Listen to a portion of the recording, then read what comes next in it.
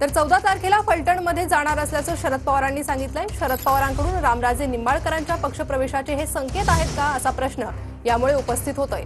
इंदापुरात शरद पवार होते। इंदापूर या ठिकाणी शरद पवारांकडून सभा घेण्यात आली आणि त्याचवेळी शरद पवारांनी हे संकेत दिले का हा प्रश्न आता उपस्थित होतोय। 14 तारखेला फलटणमध्ये जाणार असल्याचं शरद पवारांनी सांगितलंय। त्यामुळे आता हर्षवर्धन पाटील यांच्या पक्षप्रवेशानंतर पुढचा पक्षप्रवेश रामराजे निंबाळकरांचा असू शकतो का असा प्रश्न उपस्थित होतोय। याच्यासाठी या ठिकाणी उभा नाही, चित्र बदलते।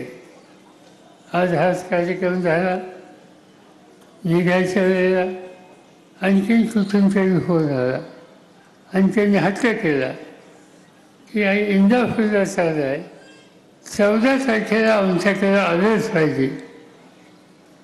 काय कार्यक्रम आहे म्हणजे इंदापूरला तोच आमच्याकडे, म्हणजे कुठं ते म्हणजे फलटण, समजलं का?